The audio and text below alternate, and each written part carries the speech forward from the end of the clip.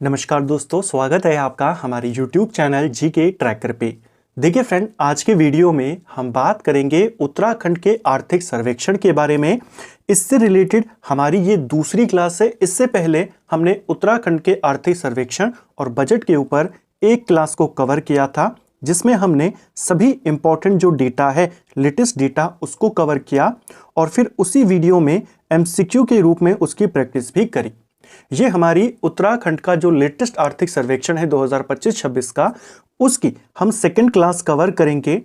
आज की वीडियो में पहले एक तुलनात्मक अध्ययन देखेंगे, इसके बाद कुछ इंपॉर्टेंट फैक्ट्स उनको कवर करेंगे और फिर कृषि से संबंधित जो आपके सवाल बन सकते हैं, जो आर्थिक सर्वेक्षण में आपको दिए गए हैं कि कितने प्रतिशत क्षेत्र में कौन सी फसल बोई गई है, और दूसरे जो इंपॉर्टेंट सवाल हैं उनको कवर करेंगे।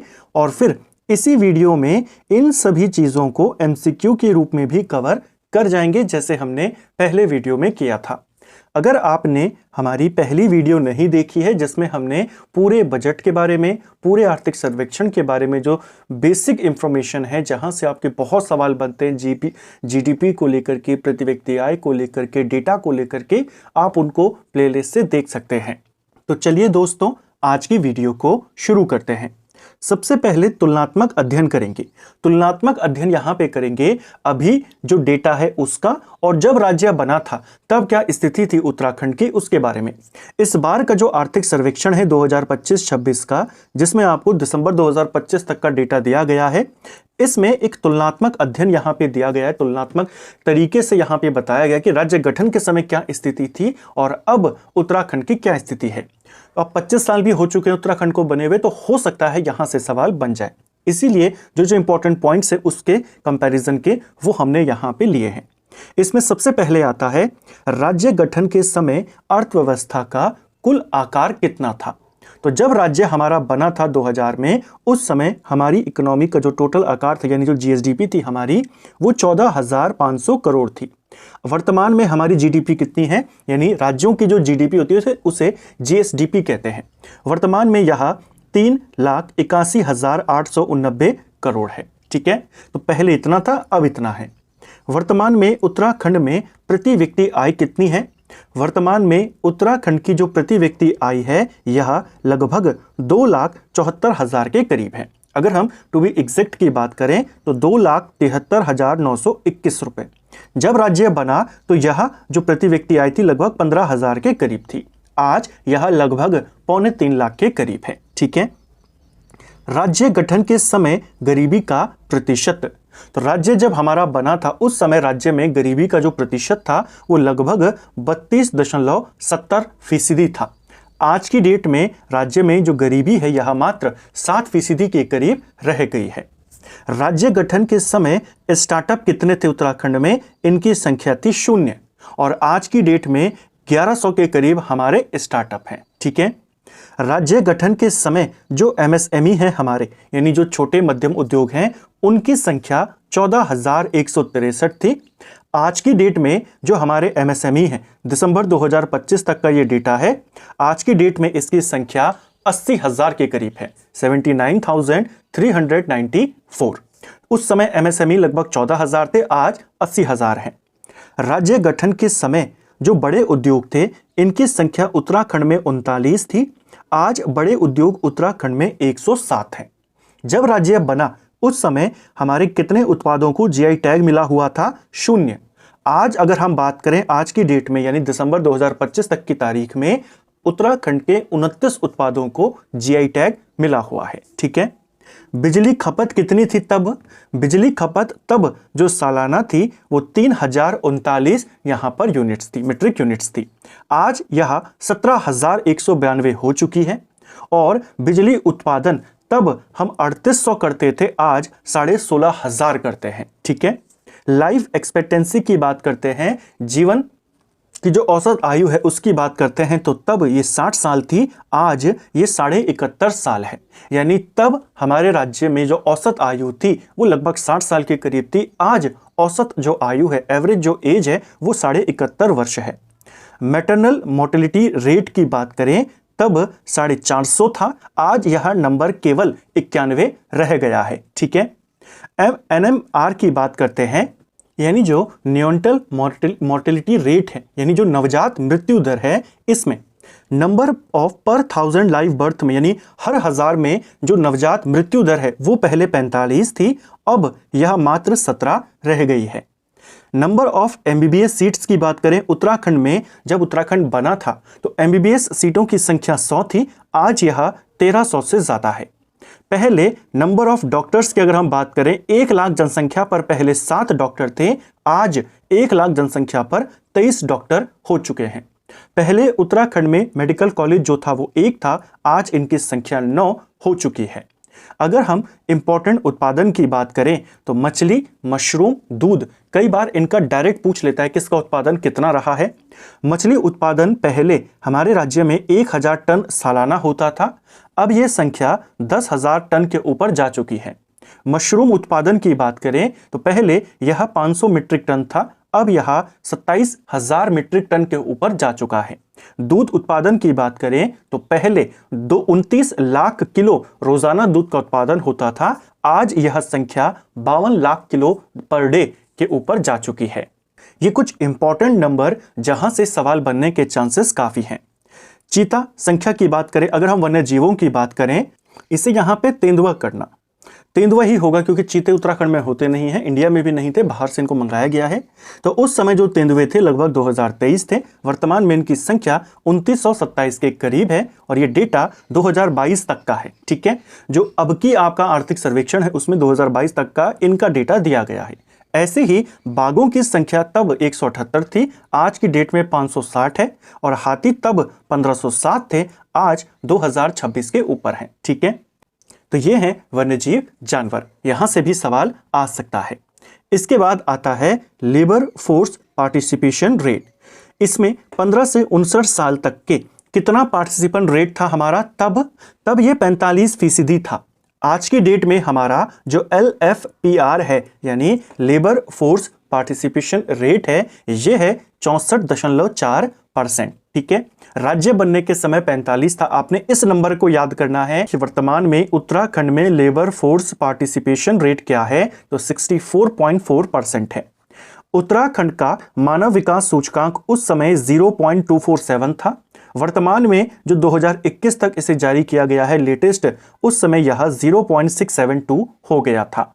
बहुआयामी गरीबी की बात करें, ऊपर हमने गरीबी को देखा, यहां पर है बहुआयामी गरीबी।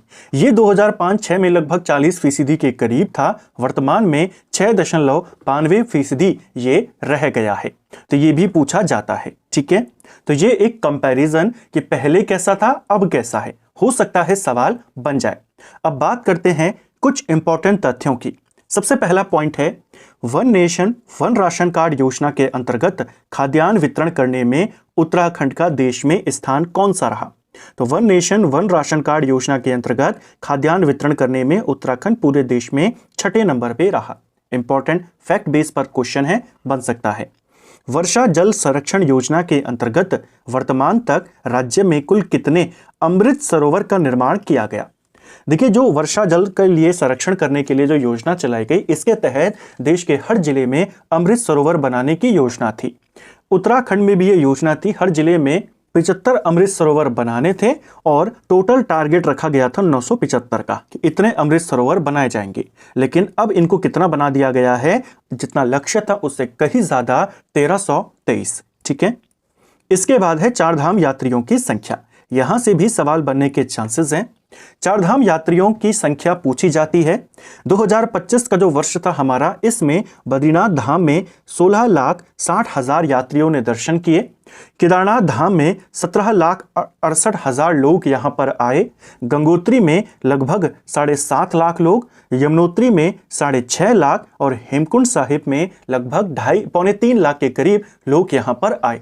टोटल इसमें कितने हुए, जो ये हमारे टॉप 5 धार्मिक स्थल हैं, यहां पे जो टोटल यात्री आए हैं यहां पे दर्शन करने के लिए, इनकी संख्या है 51 लाख के ऊपर। क्वेश्चन बन जाएगा किस जगह पर सबसे ज्यादा आए, इनमें से किस जगह पर कम आए, इस तरीके से। ठीक है, टोटल नंबर भी कई बार आ जाता है।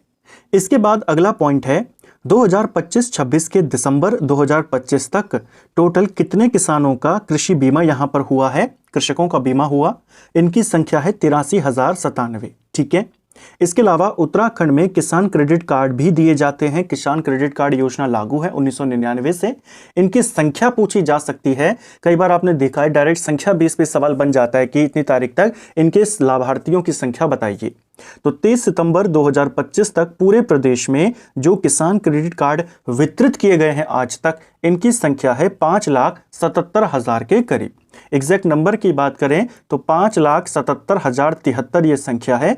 मोटा मोटा आपने 5,77,000 याद रख लेना है। ठीक है, ये कुछ इंपॉर्टेंट तथ्य। इसके अलावा बैंकों से रिलेटेड कुछ इंपॉर्टेंट पॉइंट्स अब देखेंगे। उत्तराखंड में 30 सितंबर 2025 तक कुल बैंक शाखाओं कितनी है? उत्तराखंड में बैंक शाखाएं हैं 2,622। इन 2,622 शाखाओं में से ग्रामीण क्षेत्रों में 46% लगभग 1,200 के करीब, शहरी इलाकों में लगभग 30% लगभग 800 के करीब, और अर्ध शहरी क्षेत्रों में लगभग 650 के करीब यानी 24% हमारी शाखाएं हैं। तो टोटल शाखाओं की संख्या कितनी है? 2,622। इनमें से ग्रामीण क्षेत्रों में 46% है, शहरों में 30% और अर्ध शहरों में हमारे 24%। ठीक है, 30 सितंबर 2025 तक सार्वजनिक क्षेत्रों के बैंकों की संख्या कितनी है? जो पब्लिक सेक्टर के बैंक हैं उनकी संख्या कितनी है? 1435। यानी टोटल जो 2600 के करीब हमारे बैंक हैं उनमें से 1400 बैंक हमारे सार्वजनिक बैंक हैं। इन सार्वजनिक बैंकों में सबसे ज्यादा शाखाएं एसबीआई की हैं 444, उसके बाद पीएनबी और फिर बैंक ऑफ बड़ौदा। यह सवाल ऐसे में आ सकता है कि उत्तराखंड में सर्वाधिक शाखाओं वाले बैंकों का सही क्रम लगाइए। तो दे देगा एसबीआई, पीएनबी और अलग अलग बैंकों के नाम दे देगा। तो टॉप 3 बैंक हैं हमारे ये। प्राइवेट क्षेत्र के जो बैंक है वो लगभग 511 के करीब हैं और बाकी जो बैंक है वो दूसरे क्षेत्रों से जुड़े हुए हैं। सबसे ज्यादा बैंक शाखाओं वाला जो जनपद है हमारा वो देहरादून है, फिर उधम सिंह नगर है और फिर हरिद्वार।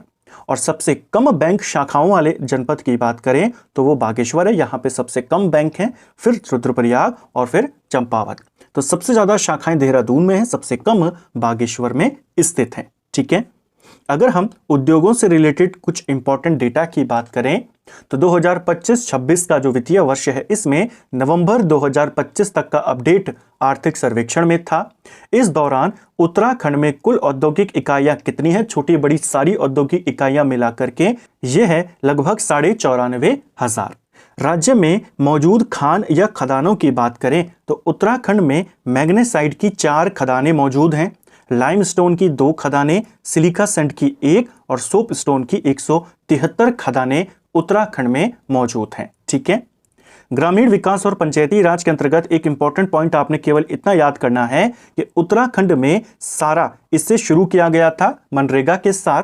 सारा की फुल फॉर्म पूछी जा चुकी है पेपर में, स्प्रिंग एंड रिवर रीजुनेशन अथॉरिटी, ये इसका पूरा नाम है। इसका इस्तेमाल जल संरक्षण और जल संवर्धन के लिए किया जाता है। 2024 में इसे शुरू किया गया था और वर्तमान में भी इसे ग्राम स्तर पे, विकास खंड स्तर पे, जिला स्तर पे अभी आगे बढ़ाया गया है। तो इंपॉर्टेंट है, वर्तमान में भी कार्य इसका चल रहा है। तो ध्यान रखना इसके बारे में किससे रिलेटेड है और इसका पूरा नाम क्या है। अगर हम कराधान की बात करते हैं, लास्ट वीडियो में जब हमने जो हमारा आर्थिक सर्वेक्षण था और हमारा जो बजट था उसको कवर किया तो कई सारे टैक्सेस की वहां पे बात करी थी। कुछ इंपॉर्टेंट पॉइंट हैं उनको यहां पर देखिए। 2000-2001 में जो हमारा टैक्स कलेक्शन था पूरे उत्तराखंड का वो 233 करोड़ था। 2024-25 का जो वित्तीय वर्ष गया है उसमें हमारा जो टैक्स कलेक्शन रहा वो 11,800 करोड़ रुपए रहा। और जो वित्तीय वर्ष चल रहा है 2025-26 इसमें दिसंबर 2025 तक हमने 9,000 करोड़ रुपए यहां पे कलेक्ट किया। ठीक है, जीएसटी लागू होने के बाद 1 जुलाई 2017 से 31 दिसंबर 2025 तक की अवधि में टोटल 2,22,461 नए व्यापारी पंजीकृत हुए। पहले जो व्यापारी थे अपने आप को रजिस्टर नहीं करते थे, लेकिन जीएसटी लागू होने के बाद अब जीएसटी नंबर सभी के लिए अनिवार्य कर दिया गया। तो 2,22,000 से ज्यादा नए व्यापारी जीएसटी के अंदर अपने आप को रजिस्टर करते हैं और जो पहले के 56,000 पंजीकृत व्यापारी थे जो वैट सिस्टम से जुड़े हुए थे उन्होंने अपने आप को जीएसटी प्रणाली पर ट्रांसफर करवाया और इस तरह वर्तमान में 31 दिसंबर 2025 तक जीएसटी के अधीन जो टोटल व्यापारी हैं, पंजीकृत व्यापारी, इनकी संख्या 2,79,043 के करीब है। तो ये डेटा भी इंपॉर्टेंट है कि जीएसटी लागू होने के यहाँ पे 31 दिसंबर 2025 तक टोटल कितने पंजीकृत यहाँ पे व्यापारी हैं? 2,79,000। इनमें से 2,22,000 के करीब नए हैं और लगभग 56,000 के करीब जो पुराने व्यापारी हैं जो जीएसटी में आए हैं। ठीक है, इसके साथ ही पिछले वित्तीय वर्ष में जीएसटी 2.0 भी लागू हुआ। यहां से भी सवाल बन सकता है, इसके भी हमने शॉर्ट नोट्स बनाए हैं। जीएसटी 2.0 की घोषणा 15 अगस्त 2025 को होती है। इसे लागू किया जाता है 22 सितंबर 2025 से। इसमें जो चेंज किया गया वो चेंज ये था कि इसमें कर की दरों में परिवर्तन किया गया। पहले जीएसटी के अंतर्गत 4 स्तर यहाँ पे मौजूद थे, 4 रेट्स मौजूद थे, 5%, 12%, 18% और 28%। जीएसटी 2.2 में इस 4 जो रेट्स थे इनमें से 12% को और 28% को हटा दिया गया और अब इसमें केवल 2 रेट्स हैं, 5% और 18%। हालांकि कुछ विशेष वस्तुओं के लिए जो लग्जरी वस्तुएं हैं उन पर यह रेट 40% अभी भी रखा गया है, लेकिन मुख्य रूप से अब जीएसटी के 2 ही रेट हैं, या तो 5% या 18%। ठीक है, तो ये जीएसटी 2.0 के शॉर्ट नोट्स। अब आबकारी की बात करते हैं। आबकारी को लेकर के भी सवाल बन जाता है। 2025-26 के लिए जो आबकारी नीति जारी की गई राज्य सरकार के द्वारा वो 5 मार्च 2025 को की गई। वित्तीय वर्ष 2025-26 है, वित्तीय वर्ष जो हमारा 2025-26 है, इसमें दिसंबर 2025 तक आबकारी विभाग ने 3300 करोड़ रुपए के करीब संग्रहण अभी तक कर लिया था आबकारी से। आबकारी विभाग का टैक्स कलेक्शन कई बार डायरेक्ट पूछ लिया जाता है कि कितना इन्होंने कलेक्ट किया। आमतौर पे उत्तराखंड का जितना भी टैक्स होता है, जितना भी टैक्स उत्तराखंड वसूल करता है, उसका 18 से 19% अकेला आबकारी विभाग करता है। ठीक है, आबकारी नीति यहाँ पे आई 5 मार्च 2025 को, इसको जारी किया गया वित्तीय वर्ष 2025-26 के लिए, और दिसंबर 2025 तक यहाँ पे 3300 करोड़ का संग्रह हो चुका था। ठीक है, अब कृषि और संबंध क्षेत्र यानी कृषि और उससे जुड़े क्षेत्रों से संबंधित यहाँ पे इंपॉर्टेंट नोट्स को देखेंगे। राज्य गठन के समय कुल खाद्यान्न उत्पादकता कितनी थी उत्तराखंड की? तो राज्य गठन के समय हमारी खाद्यान्न उत्पादकता 17.12 क्विंटल प्रति हेक्टेयर थी, यानी 1 हेक्टेयर से 17 क्विंटल के करीब हम खाद्यान्न उगाते थे। आज की डेट में हमारी जो कुल खाद्यान्न उत्पादकता है प्रति हेक्टेयर ये लगभग 26.5 क्विंटल के करीब है। ठीक है, तो ये बढ़ा है। अगर हम कुल खाद्यान्न की बात करते हैं, राज्य गठन के समय कुल खाद्यान्न उत्पादन हमारा 16.47 लाख मीट्रिक टन था। 2023-24 में यह 17.97 लाख मीट्रिक टन रहा और 2024-25 में 18 लाख मीट्रिक टन हो गया। तो नया डेटा आपका ये है, पूछेगा 2024-25 का वित्तीय वर्ष, इसका डेटा इसी आर्थिक सर्वेक्षण में दिया गया है जो सबसे नवीनतम है। ये 2024-25 में उत्तराखंड में टोटल खाद्यान्न उत्पादन कितना रहा? तो 18 लाख मीट्रिक टन के करीब। ठीक है, उत्तराखंड में कुल कितनी कृषि जोतें हैं? तो कृषि जोतों की जो संख्या है वो 2021-22 का ही डेटा है अभी जो उपलब्ध है, और वही डेटा आपको इस आर्थिक सर्वेक्षण में दिया गया। उत्तराखंड में टोटल कृषि जोतों की संख्या है 9,94,163। ठीक है, वर्ष 2024-25 में कुल बोए गए क्षेत्रफल में गेहूं का प्रतिशत कितना था? यहां से भी सवाल आपके पास बनता है कि सबसे ज्यादा क्षेत्र में कौन सी फसल बोई गई। तो कुल बोए गए क्षेत्रफल में गेहूं का जो प्रतिशत है वो लगभग 30% है। इसी तरह ये हमारा सबसे प्रमुख खाद्यान्न बना हुआ है। उसके बाद आता है धान, लगभग 25% क्षेत्रफल में इसको बोया गया। फिर है गन्ना, यहाँ पर 11%। नंबर 4 पर है मंडवा, इसको याद करना है, टॉप 5 को आपने याद कर लेना है। मंडवा 7%। टोटल दालें लगभग 5% क्षेत्र में, तिलहन 3%, फल और सब्जियां 6% क्षेत्र में बोई गई। ये इंपॉर्टेंट डेटा है, पूछा जाएगा। उत्पादन में वृद्धि की बात करें तो यहां से भी सवाल चांसेस हैं बनने के। मशरूम उत्पादन की दृष्टि से उत्तराखंड का देश में कौन सा स्थान रहा? तो मशरूम उत्पादन की दृष्टि से उत्तराखंड देश में 5वें नंबर पर आ गया है। ठीक है, शहद उत्पादन में उत्तराखंड देश में 8वें नंबर पे आ गया है। उत्तराखंड को बोईवोल्टीन सिल्क स्टेट के रूप में भी जाना जाता है। क्वेश्चन बना था पिछले वर्ष यहाँ से, वह सवाल भी डायरेक्ट आर्थिक सर्वेक्षण से ही आपका बना हुआ था। पिछले वर्ष भी इसके बारे में आर्थिक सर्वेक्षण में बताया गया था। उत्तराखंड को बोईवोल्टिन सिल्क स्टेट के रूप में जाना जाता है और इसका कारण है उच्च गुणवत्ता के बोईवोल्टिन रेशम कोया उत्पादक। यहाँ पर हाई क्वालिटी का बाईवोल्टिन रेशम जो है इसका उत्पादन होता है, जिस वजह से उत्तराखंड को बोईवोल्टिन सिल्क स्टेट के नाम से जानते हैं। उत्तराखंड में इस विशेष प्रकार का जो ये रेशम है विशेषकर दून घाटी की जलवायु में ये होता है। दून घाटी भी जलवायु में यानी हमारी दून घाटी में ज्यादा मात्रा में ये होता है विशेषकर। ठीक है, अब केंद्र की कुछ योजनाएं हैं, यहां से भी सवाल बन जाता है। पीएम किसान सम्मान निधि। पीएम किसान सम्मान निधि पूर्ण रूप से केंद्र सरकार की योजना है। इसे 1 दिसंबर 2018 को लागू किया गया। इसमें 6,000 रुपए 3 किस्त में दिए जाते हैं। एक किस्त 2,000 रुपए की होती है, तो 2,000 रुपए की 3 किस्तों में यहाँ पे 6,000 रुपए किसानों को दिए जाते हैं।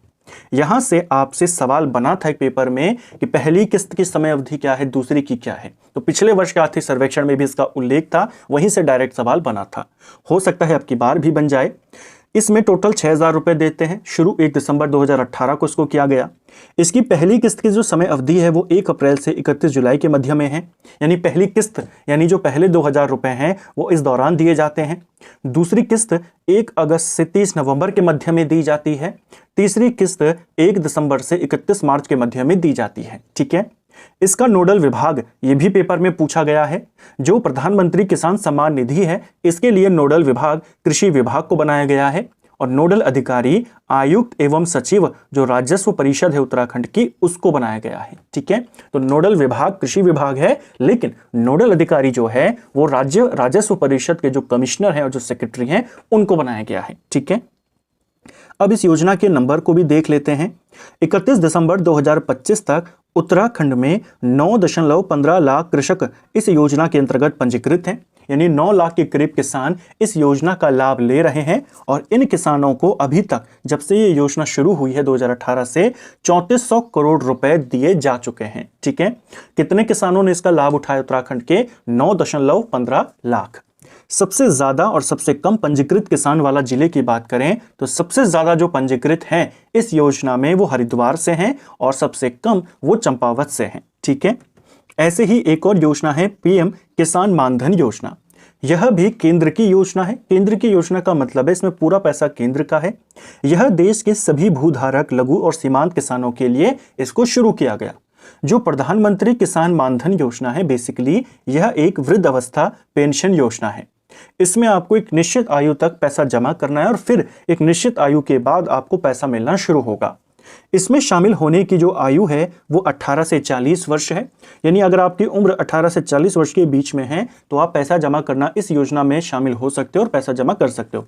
फिर 60 साल की उम्र के बाद आपको पेंशन के रूप में वो पैसा वापस मिलना शुरू होगा, जिसमें सरकार का भी कुछ हिस्सा होगा। इस योजना को 9 अगस्त 2019 को यहां पे जारी किया गया था और उत्तराखंड में दिसंबर 2025 तक इस योजना के अंतर्गत लगभग 2169 किसान पंजीकृत हैं। ठीक है, इसके बाद आता है किसान क्रेडिट कार्ड। जैसा हमने ऊपर देखा उत्तराखंड में कितने किसान क्रेडिट कार्ड वितरित किए गए हैं अभी तक 30 सितंबर 2025 तक 5.77 लाख। किसान क्रेडिट कार्ड योजना के तहत ये जारी होता है। इसे अगस्त 1998 सही करना, ऊपर मैंने 1999 बताया था, 1998 में से शुरू किया गया है। इंपॉर्टेंट इसलिए है क्योंकि पेपर में सवाल आया था कि किसान क्रेडिट कार्ड योजना कब शुरू हुई, तो अगस्त 1998। वर्तमान में उत्तराखंड में कितने किसान क्रेडिट कार्ड जारी किए जा चुके हैं, तो 5.77 लाख।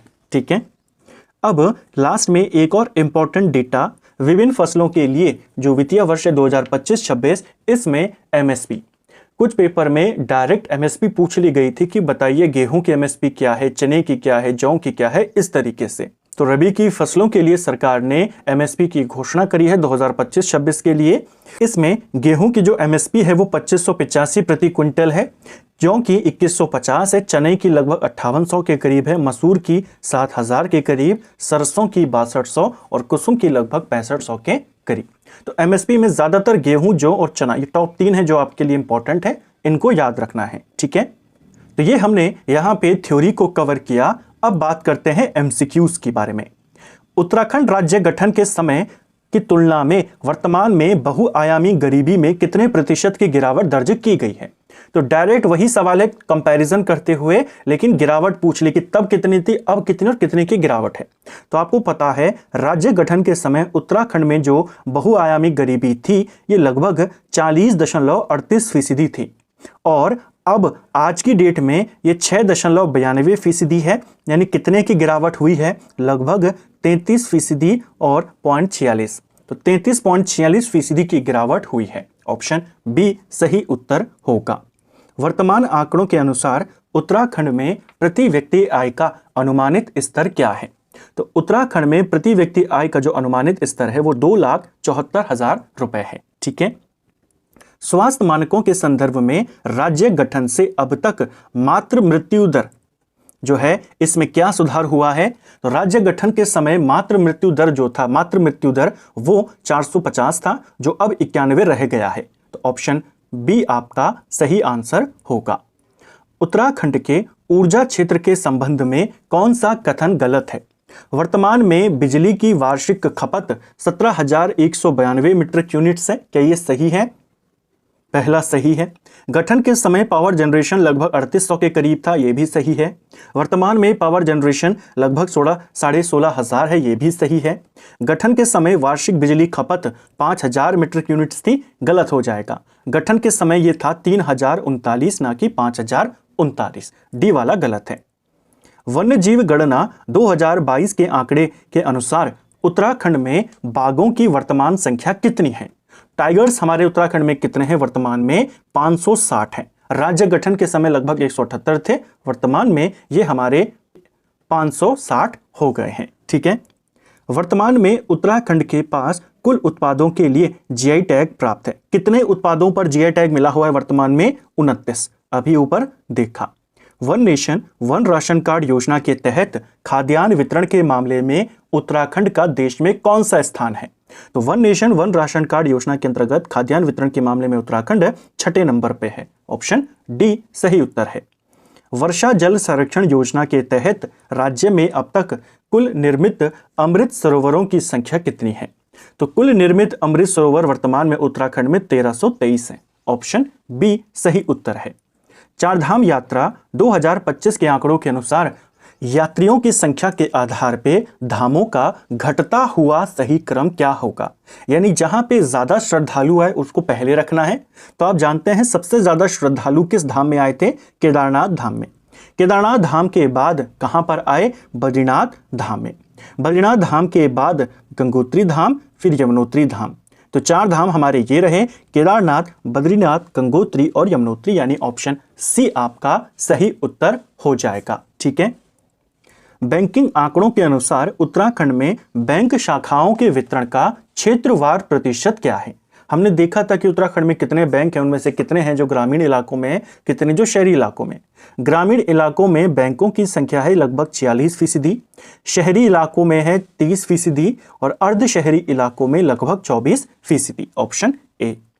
सारा यानी स्प्रिंग एंड रिवर रीजुनेशन अथॉरिटी का मुख्य उद्देश्य क्या है और इसे कब शुरू किया गया? तो सारा का मुख्य उद्देश्य जल संरक्षण, जल संवर्धन है और इसे 2024 में शुरू किया गया। बैंकिंग पहुंच के मामले में उत्तराखंड के जिलों का सही युग्म कौन सा है? यानी सबसे ज्यादा शाखाएं किस जनपद में हैं? तो सबसे ज्यादा शाखाओं वाला जिला देहरादून है, सबसे कम शाखाओं वाला जिला चंपावत है। ठीक है। उत्तराखंड में कराधान के ऐतिहासिक विकास के संदर्भ में राज्य गठन से वर्ष 2024-25 तक कर संग्रह में लगभग कितने गुना की वृद्धि दर्ज की गई? तो जब राज्य हमारा बना था उस समय जो हमारा टैक्स कलेक्शन था वो 233 करोड़ था और 2024-25 तक ये लगभग 11,500 करोड़ के ऊपर है। इसमें कितने की वृद्धि हुई है? लगभग 51 गुना ये वृद्धि हुई है। ऑप्शन बी सही उत्तर होगा। जीएसटी प्रणाली के अंतर्गत उत्तराखंड में व्यापारियों के पंजीकरण के संबंध में कौन सा आंकड़ा सत्य है? चलिए देखते हैं। कुल पंजीकृत व्यापारियों की संख्या 2.22 लाख है, क्या ये सही है हमारा? बिल्कुल गलत है। कुल पंजीकृत संख्या कितनी है? 2,79,000 के करीब। वैट से जीएसटी परिवर्तित व्यापारियों की संख्या 1 लाख से अधिक है, गलत है, 56,000 के करीब है। राज्य में वर्तमान तक कुल पंजीकृत व्यापारियों की संख्या 2,79,043 है, ये वाला सही है। 1 जुलाई 2017 से अब तक केवल 56,582 नए व्यापारी जुड़े हैं, गलत है। 56,000 तो वो हैं जो वैट से जीएसटी में आए हैं। 2,22,000 नए व्यापारी जुड़े हैं, तो ये भी गलत है, केवल सी वाला आपका सही है। उत्तराखंड में घोषित जीएसटी 2.2 के संदर्भ में कौन से कथन यहां पे सही है? तो देखिए पूरे देश में ये लागू हुआ था जीएसटी 2.0, यहां पे कौन से कथन सही हैं? देखिए इसकी घोषणा 15 अगस्त 2025 को की गई और इसे 22 सितंबर 2025 को लागू किया गया। क्या ये सही है? पहला बिल्कुल सही है। इसके तहत 4 स्तरीय कर संरचना को बदलकर मुख्य 2 स्तरीय यानी 5 और 18% किया गया, ये भी सही है। कुछ विशेष वस्तुओं के लिए अधिकतम टैक्स 40% की रेट भी रखी गई है, ये भी सही है। आपको पूछा इनमें से कौन सा सही है? पहला, दूसरा, तीसरा, तीनों सही है। ठीक है। उत्तराखंड की आबकारी नीति 2025-26 के संदर्भ में कौन सी तिथि महत्वपूर्ण है? यानी कब इसको जारी किया गया था? तो 5 मार्च 2025 को। वर्ष 2025-26 के दौरान दिसंबर 2025 तक आबकारी विभाग द्वारा कुल कितना राजस्व संग्रह किया गया? तो हमने देखा था 3300 करोड़ के करीब, तो 3,363 करोड़ रुपए। ठीक है। वर्ष 2024-25 के दौरान कुल बोए गए क्षेत्रफल के आधार पर फसलों का सही घटता हुआ क्रम क्या होगा? टॉप 4 फसलें आपको बतानी है।